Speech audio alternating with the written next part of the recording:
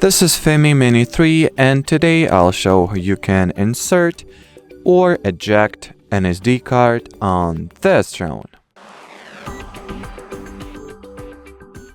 So in the beginning, take your aircraft and look at its rear sight, the site where you will find the battery, charging port, etc. Or just look at the site opposite to camera. Now below the battery release button, which you can see right over here, you'll find the SD card slot. So align your micro SD card like that, then simply slot it in.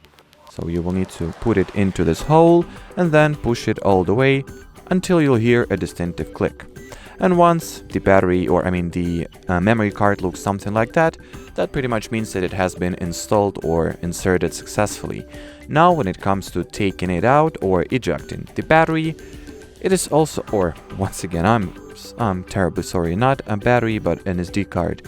You will need to simply press it in with your fingernail or with the finger itself. You can, if you want to, you can take out the battery as well. Just make sure that before you eject the battery, the drone is powered off, so your finger will have more room, and simply push it in and it should pop right out after that. So now just take it out.